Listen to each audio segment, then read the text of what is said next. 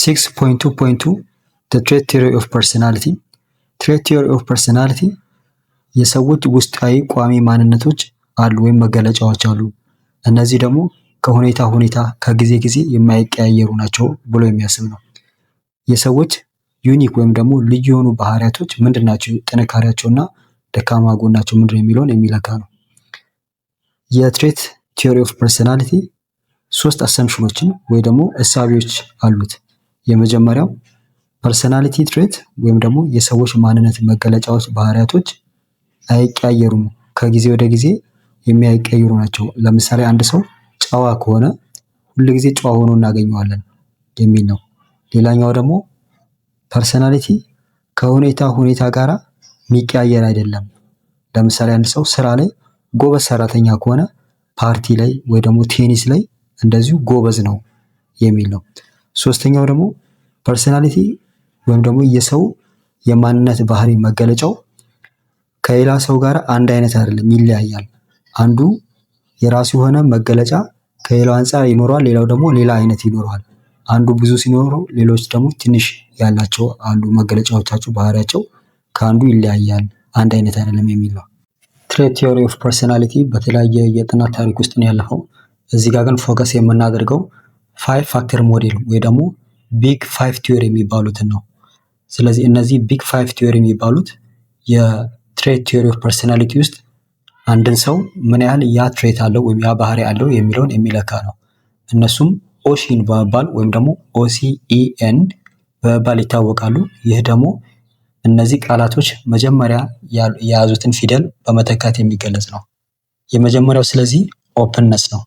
ኦፕንነስ ማለት አንድ ሰው ምን ያህል አዳዲስ ነገሮችን ለመተዋወቅ ፈቃደኝነት፣ ጉጉት አለው የሚለው ነው። ከዚህ በተቃራኒ ደግሞ አንዳንድ ሰዎች ስቴተስኮ ወይ ደግሞ አንድ ጊዜ የያዙትን ነገር ጠብቆ ለመሄድ የሚፈልጉ ናቸው። ስለዚህ ኦፕንነስ አንድ ሰው ለአዲስ ነገር ለመቀየር፣ አዳዲስ ነገሮችን ለማወቅ፣ ለመግባባት ፍላጎት ያለው ከሆነ ከፍተኛ ነጥብ ያገኛል። ነገር ግን ድሮ ባለው ነገር ላይ ብቻ የሚቆይ ከሆነ ዝቅተኛ ነጥብ ያገኛል ማለት ነው። ሌላኛው ኮንሺየስነስ የሚባለው ነው። ይህ ደግሞ ምንድነው?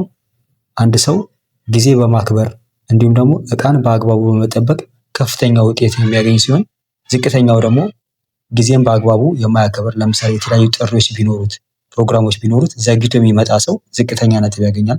እንዲሁም ደግሞ የተዋሰው ንብረት ቢኖር ያ ንብረት በአግባቡ ሳይጠብቅ የሚመልስ ከሆነ ይህ ሰው ዝቅተኛ ውጤት ያገኛል ማለት ነው። ኤክስትራቨርሽን የሚለውን ቃል ለመጀመሪያ ጊዜ የተጠቀመው ካርል ጃንግ የሚባለው ሰው ነው። ይህ ሰው እንደሚለው ከሆነ ሁሉም ሰው 2 ፐርሰናሊቲ ታይፕ አለው ይላል። ይህም ኤክስትራቨርት እና ኢንትሮቨርት የሚባል ነው። ኤክስትራቨርት የሚባለው ከሰዎች ጋር በቀላሉ የሚላመድ ማህበራዊ ኑሮ የሚኖር ማለት ነው። ኢንትሮቨርት የሚባለው ደግሞ ብቸኝነት ደስ የሚለው የትኩረት ሴንተር ወይም መሀል መሆን የማይፈልግ ሰው ከሆነ ይህ ሰው ኢንትሮቨርት ይባላል ማለት ነው። ሌላኛው አግሬብልነስ ነው። አግሬብልነስ ከሰዎች ጋር በቀላሉ የሚላመድ ሰው ወይም ደግሞ ደስ የሚል ሰው፣ ቀለል ያለ ሰው። በሌላ በኩል ደግሞ ፊቱ የማይፈታ ክብድ የሚል ሰው ከሆነ ይሄ በተቃራኒው የሚገኝ ነው ማለት ነው። ስለዚህ የመጀመሪያው ለምሳሌ ሰውየው በጣም አስደሳች ሰው፣ ለሰው ቀለል ብሎ ያለ ሰው ከሆነ ከፍተኛ ነጥብ ያገኛል። ነገር ግን የሚከብድ ሰው ከሆነ፣ የሚነጫነጭ ፊቱን ጥቁር የሚያደርግ አይነት ሰው ከሆነ ደግሞ ዝቅተኛ ነጥብ ያገኛል። ሌላኛው ኒውሮቲሲዝም የሚባለው ነው። ይህ ደግሞ የተረጋጋና ያልተረጋጋ የሚለውን የሚለይ ነው። ስለዚህ አንዳንድ ሰዎች ያልተረጋጉ ናቸው፣ የሚቅበዘበዙ ሰዎች ናቸው። ሌሎች ደግሞ ረጋ ያሉ ሰዎች ናቸው። ስለዚህ የሚቅበዘበዙ ያልተረጋጉ ሰዎች ከፍተኛ ነጥብ ሲያገኙ፣ የተረጋጉ ደግሞ ዝቅተኛ ነጥብ የሚሰጣቸው ናቸው በዚህ ሬቲንግ ውስጥ ማለት ነው። 6.2.3 ሂውማኒስቲክ ቲዮሪ ኦፍ ፐርሰናሊቲ ሂውማኒስቲክ ቲዮሪ ኦፍ ፐርሰናሊቲ በ20ኛው ክፍለ ዘመን አጋማሽ የሲግመንድ ፍሮይድ አስተሳሰብ በተለይ ደግሞ የሰው ልጅ ተፈጥሯዊ የሆኑ የማይቆጣጠረው ኃይሎች አሉት፣ እነሱን ለማድረግ በሚያደርገው ጥረት የእሱ ፐርሰናሊቲ ሼፕ ይደረጋል የሚል ሀሳብ አለ።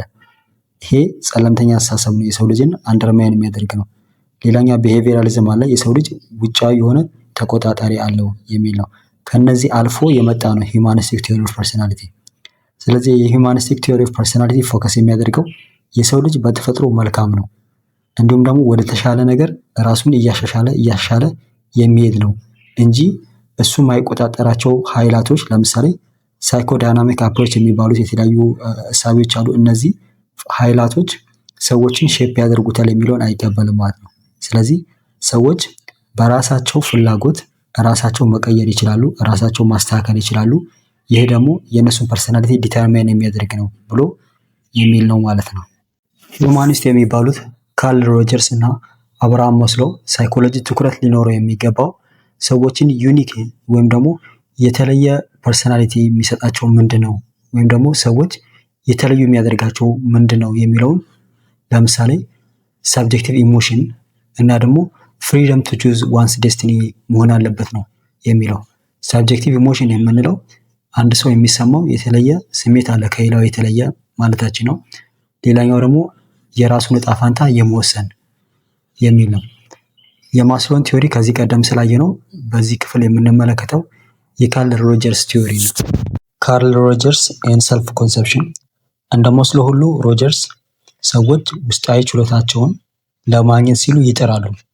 ውስጣዊ ማንነት፣ ውስጣዊ ችሎታ ወይም ደግሞ ውስጣዊ መክሊታቸውን አውጥቶ ለመጠቀም ሲሉ ጥረት ያደርጋሉ። ይህ ጥረት ሰልፍ አክቹዋላይዚንግ ቴንደንሲ በመባል ይታወቃል።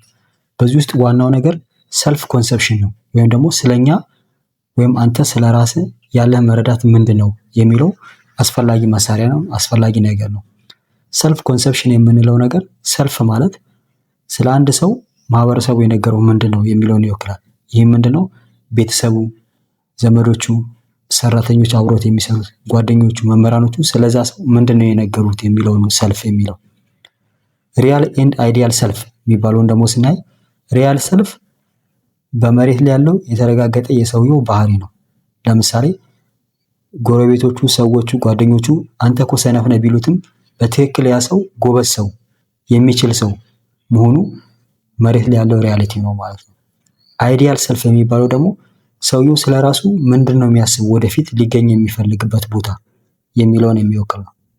አይዲያል ሰልፍ የሚባለው አንድ ሰው ወደፊት መገኘት የሚፈልግበት ቦታ ነው። ይህ ደግሞ ቤተሰቦቹ ከሚያበረታቱት፣ ጓደኞቹ፣ መምህራኖቹ፣ የተለያዩ ሰዎች ከሚሰጡት አስተያየት ውስጥ የሚወጣ ነው በዋናነት። ከዚህም በተጨማሪ ደግሞ ሪያሊቲ ላይ ይህ እንዴት ይገለጻል የሚለው ነው። ለምሳሌ አንድ ሰው ጎበዝ እግር ኳስ ተጫዋች መሆን ቢፈልግ ጎበዝ እግር ኳስ ተጫዋች መሆን፣ ታዋቂ መሆን አይዲያል ሰልፍ ነው። ወደፊት መሆን የሚፈልገው የሚገኝበት ቦታ ነው። ሪያል ሰልፍ የሚባለው ደግሞ አሁን ላይ ይሄ ሰው እግር ኳስ በደንብ ይጫወታል የሚለው ነው። ስለዚህ ሁለቱ በተጣጣሙ ጊዜ ተመሳሳይ ከሆኑ ጥሩ ውጤት ይገኝበታል ማለት ነው። ተቃራኒ በሆኑ ጊዜ ግን ጥሩ ውጤት አይገኝበትም ማለት ነው። ስለዚህ በሚጣጣሙበት ጊዜ ሰውየው ኮምፒተንት ይሆናል፣ ካፔብል ይሆናል ማለት ነው። ይህም ደስተኛ ያደርጋል። ነገር ግን ተቃራኒ ከሆነ ግን ውጥረት፣ ለምሳሌ አንድ ሰው አትችልም የሚባል ከሆነ፣ እዛ ቦታ አትደርስም የሚባል ከሆነ ውጥረት አለው ወይም የተለያዩ የሆኑ ጭንቀቶች አሉበት ማለት ነው። ስለዚህ ጥሩ ውጤት አይገኝበትም ማለት ነው። ስለዚህ የሰው ማንነት የሚወሰነው ሪያል ሰልፍ እና አይዲያል ሰልፍ መሀል ላይ በሚገናኙበት ጊዜ ነው ማለት ነው። አንድ ሰው ለምሳሌ ጥሩ ተማሪ፣ ጥሩ ውጤት የሚያስገኝ ከሆነ፣ ትምህርቱን በጥሩ ሁኔታ ማጠናቀቅ የሚችል ከሆነ ችሎታው ነው እሱ ሪያል ሰልፍ ነው። ነገር ግን ይሄን የሚያግዙት መምህራኖች፣ ቤተሰቦች፣ ጓደኞች አንተ እኮ ጎበዝ ነው የሚሉ ከሆነ ይሄ ምንድነው መካከል አብሮ የሚገኙ የሚጣጣሙ ናቸው ማለት ነው።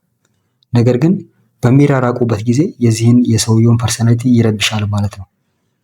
አትችልም፣ አታቅም፣ አትደርስም የሚል ከሆነ የሰውየውን ፐርሰናሊቲ ዲስተርብ የሚያደርግ ነው። ስለዚህ ፐርሰናሊቲዎች በዚህ ውስጥ ሼፕ የሚደረጉ ናቸው ማለት ነው። ኮንዲሽናል ኤንድ አንኮንዲሽናል ፖዚቲቭ ሪጋርድስ። ፖዚቲቭ ሪጋርድ የምንለው ምንድነው? ለአንድ ሰው ፍቅር መስጠት፣ ማበረታታት፣ ያንን ሰው የተለያዩ አክብሮቶችና ደስ የሚለውን ነገር ማድረግ ነው። ይሄ ደግሞ ከቤተሰብ፣ ከጓደኛ፣ ከዘመድ፣ ከመምህራን የሚመጣ ነው። የዚህ አይነት ፖዚቲቭ ሪጋርድ ካለ ሰዎች መድረስ የሚፈልጉበት ቦታ ላይ በቀላሉ ይደርሳሉ፣ ያግዛቸዋል። እንደገና ደግሞ ጭንቀትን እንዲቀንሱ ያደርጋቸዋል። አንኮንዲሽናል እና ኮንዲሽናል ፖዚቲቭ ሪጋርድ የሚባል አለ። አንኮንዲሽናል ፖዚቲቭ ሪጋርድ የምንለው ምንድነው? ለአንድ ሰው ምንም ይሁን ምን ያ ሰው ሊደርስ የሚፈልግበትን ቦታ ላይ እንዲደርስ ድጋፍ፣ ፍቅር፣ አክብሮት፣ እንክብካቤ መስጠት ነው። ኮንዲሽናል ፖዚቲቭ ሪጋርድ የምንለው ደግሞ ቤተሰብ ሊሆን ይችላል የሚፈልገውን ልጆቹ ያን ነገር ሲያደርጉለት መደገፍ፣ ማበረታታት፣ መውደድ የሚል ነው። ይህንን ደግሞ በቀላሉ በምሳሌ ማስቀመጥ ይቻላል። ትራስና ጫልቱን በማየት ትራስ ለምሳሌ የማትስ መምህር መሆን ትፈልጋለች፣ ኮምፒውተር ፕሮግራመር መሆን ትፈልጋለች። ጫልቱ ግን መሆን ያለብሽ ዶክተር ነው ይሏታል ቤተሰቦች። የትራስ ቤተሰቦች በጣም የተለያዩ እንክብካቤ፣ ድጋፎችን፣ ፍቅር እና አክብሮት ያደርጉላታል የፈለገችው ቦታ ላይ እንድትደርስ። ጫልቱ ግን ዶክተር ኮንሽ ብቻ ነው ድጋፍ የሚሰጥሽ። ስለዚህ የተለያዩ ድጋፎችን ያደርጉላታል ቤተሰቦቿ። ነገር ግን ምንድነው ኮንዲሽናል ነው፣ አንድ ቦታ ላይ የተቀመጠ ነው። የሚሰጡት ፍቅር፣ የሚሰጧት እንክብካቤ፣ የሚሰጧት አክብሮት ዶክተር እንድትሆን ብቻ ነው። ከዛ ውጭ የትም ቦታ ብትደርስ አይፈልጉም። ስለዚህ ይህ ምንድነው ኮንዲሽናል ነው ማለት ነው። ነገር ግን ትራስ ምንም ቢሆን ትልቅ ቦታ ላይ እንድትደርስ ቤተሰቦቿ ያግዟታል። ስለዚህ ይሄ አንኮንዲሽናል ነው ማለት ነው። በሮጀርስ አገላለጽ አንድ ሰው ሰልፍ አክቹዋላይዜሽን ወይ ደግሞ ሊደርስ የሚፈልግበትን ወይም ደግሞ ወደፊት እሱን ሊገኝበት የሚገባውን ቦታ እዛ ፕሮሰስ ውስጥ የሚገባው በሁለት ነገሮች ነው። አንደኛው አይዲያል፣ ሁለተኛው ሪያል ሰልፍ ወይም ደግሞ ሰዎች የሚነግሩትንና ራሱ በውስጡ ያለውን አገናኝቶ በሚሰራበት ጊዜ ይሄ ከውስጡ በሙሉ አቅሙ በሙሉ ልቡ እንዲሰራና እዛ ቦታ እንዲገኝ የተጣጣመ አካሄድ እንዲኖረው ያደርጋል ማለት ነው። ስለዚህ አንድ ሰው ፉል ፖቴንሻል የሚጠቀመው እነዚህ ነገሮች አንድ ላይ በማቀናጀት ነው ማለት ነው። ስለዚህ አንኮንዲሽናል የሆነው ወይ ደግሞ ያልተቆጠበ ድጋፍ ከቤተሰቡ የሚያገኝ ከሆነ ምንም ቢሆን ምን አንድ ሰው የሚፈልገው አቅሙ በሚፈቅደው በሚችለው ቦታ ላይ ለመገኘት የቤተሰብ ድጋፍ የሚሰጠው ከሆነ ትልቅ ቦታ ላይ ይደርሳል ማለት ነው። ነገር ግን ይሄኛው ነው ያንተ ቦታ ተብሎ የዛ ሰው የውስጡ የማንነቱ የችሎታው ሳይመረመር ድጋፍ የሚደረግ ከሆነ ሰልፍ አክቹዋላይዜሽኑን አፌክት ያደርገዋል ማለት ነው። ቀደም ሲል ያየነው ኤግዛምፕል ላይ ለምሳሌ ጫልቱ ዶክተር ከሆነች ብቻ ነው ቤተሰቦቿ ትልቅ ድጋፍ የሚያደርጉላት። ስለዚህ ይሄ ኮንዲሽናል ነው፣ ትልቅ ቦታ ላይ እንድትደርስ አይገፋፋትም ማለት ነው። ምክንያቱም ከዶክተር ውጭ ለምሳሌ ኢንጂነር ብትሆን፣ ፓይለት ብትሆን ቤተሰቦቿ ያን ያህል ድጋፍ አያደርጉላትም። ችሎታዋ ደግሞ ከዶክተር ውጭ ከሆነ ያንን ነገር አታገኘም፣ ታጠዋለች ማለት ነው። ሰልፍ አክቹዋላይዜሽን ማለት አንድ ሰው ሊደርስ የሚፈልግበት መዳረሻ ወይም ትልቅ ቦታ ነው። ስለዚህ ይህ ሰልፍ አክቹዋላይዜሽን የሚሳካው ምንድነው? አንድ ሰው ውስጡ ያለው አቅም በሙሉ ለዚህ ቦታ፣ ለዚህ ስራ፣ ለዚህ ፍላጎት መዋል አለበት ማለት ነው። ይህም የሚሆነው ቤተሰቦቹ፣ አካባቢ ላይ ያሉ ሰዎች በሙሉ በሚያግዙበት ጊዜ እንዲሁም ደግሞ ሰውየው ውስጡ ያለውን እምቅ ችሎታ አውጥቶ በሚጠቀምበት ጊዜ ነው። በዓለም ላይ ለምሳሌ የሚጠቀሱ ሰዎች አሉ። አልበርት አንስታይን፣ ማህተማ ጋንዲ፣ ኤሊኖር ሩዝቬልት እና ኔልሰን ማንዴላ የመሳሰሉ እነዚህ ሰልፍ አክቹዋላይዝ ያደረጉ ናቸው። ይህ ምንድነው? እነሱ የሚፈልጉትን ነገር ያውቃሉ። ሰው የሚላቸውን ሳይሆን ውስጣዊ ጥሪያቸውን፣ ውስጣዊ ችሎታቸውን፣ እምቅ ችሎታቸውን ያንን ነገር አውጥቶ ለመጠቀም ይሞክራሉ። ወይም እነሱ በተፈጥሮ ያላቸው ችሎታ ምን እንደሆነ ስለተረዱ አውጥተው ለማዋል ወይ ደግሞ ያንን ነገር ለመመንዘር እውነቱ ላይ ለመድረስ ይሞክራሉ። ይሄ ደግሞ አካባቢያቸው ያሉ ሰዎች ከሚሏቸው ውጭ እንኳን ቢሆን ያን አይሰሙም ማለት ነው። ነገር ግን አጠገባቸው ያሉ ሰዎች ቢያግዟቸው ይበልጥ የሚጠቀሙበት ነው ማለት ነው።